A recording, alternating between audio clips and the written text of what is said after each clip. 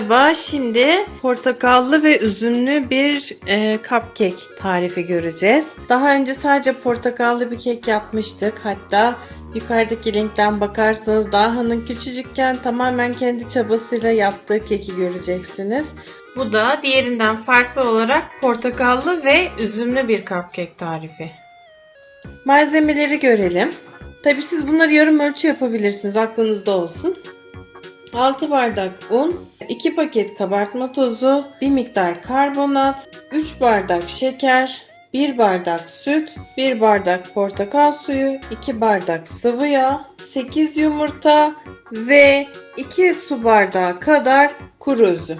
Şimdi yaptığım işlem adımları şu şekilde olacak. Önce yumurtaları çırpacağım. Arkasından bütün sıvı malzemeleri katıp çırpmaya devam edeceğim. Büyük kapta unun içerisine tüm kuru malzemeleri katıp kendi içinde karıştıracağım. Ve arkasından kuru malzemeleri sıvının içerisine dökeceğim. Şimdi görelim. Yumurtaları çırpıyorum.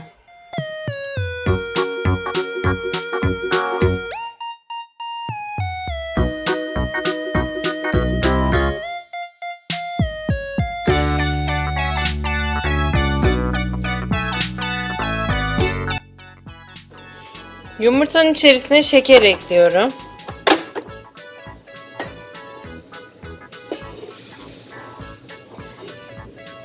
Arkasından da yavaş yavaş bütün sıvı malzemeleri alet çalışırken eklemeye devam edeceğim. Gürültüden söyleyemem, şimdiden belirteyim. İzleyelim.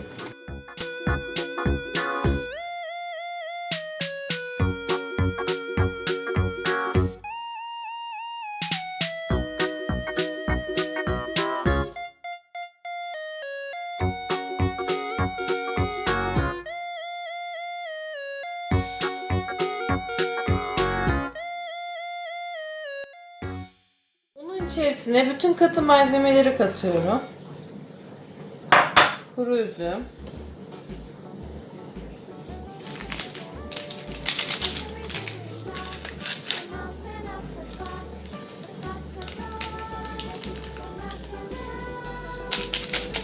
kabartma tozu ve 2 fiske karbonat.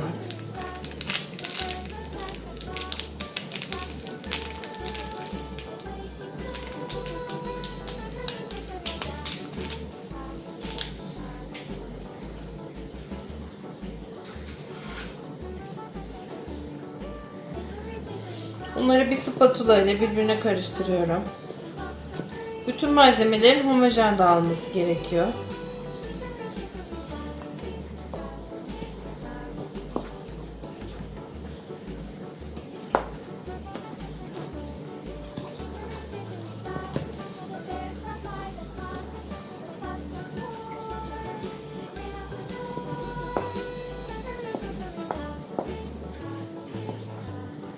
Bütün malzemeleri bir anda bir kaba katıp karıştırmamak ve katıları kendi içinde karıştırmanın faydasıysa kuru üzümlerin dibe çökmemesi olacak.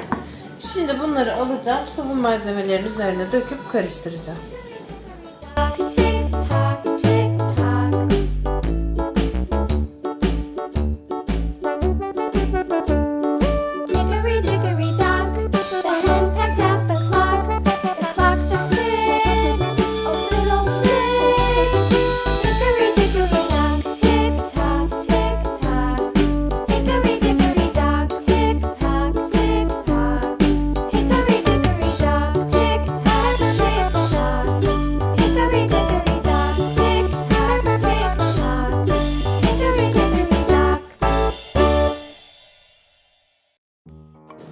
Bu keki çok sevdim. Utkan için yapıyorum. Utkan aslında Daha'nın arkadaşı ama benim de kankam.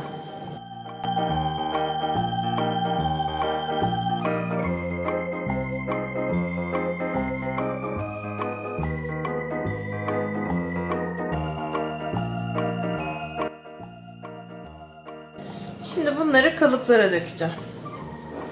Bunları daha sonra süslü cupcake'e çevireceğim. Onun da videosu ayrı olacak.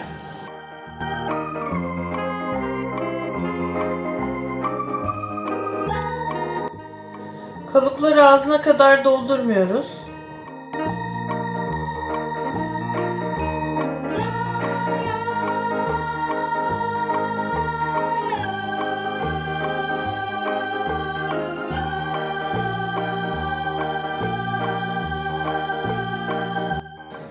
Verdiğim ölçülerin yarısıyla 16 tane cupcake çıktı. Yani siz yarım ölçü kullanarak 16 cupcake yapabilirsiniz. Kalanını da büyük bir kek kalıbına dökeceğim. Evde kendimiz yemek için. Isısını 180 dereceye ayarladım. Ölçüden çıkan kekler bu kadar. Şimdi pişiriyorum.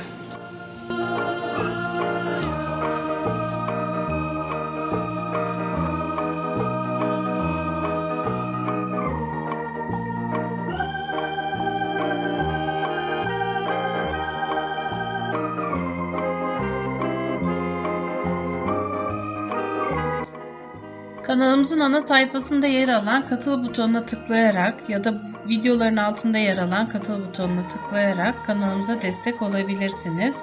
İki değişik destek olma modeli var. Biri arkadaş, biri de en iyi arkadaş.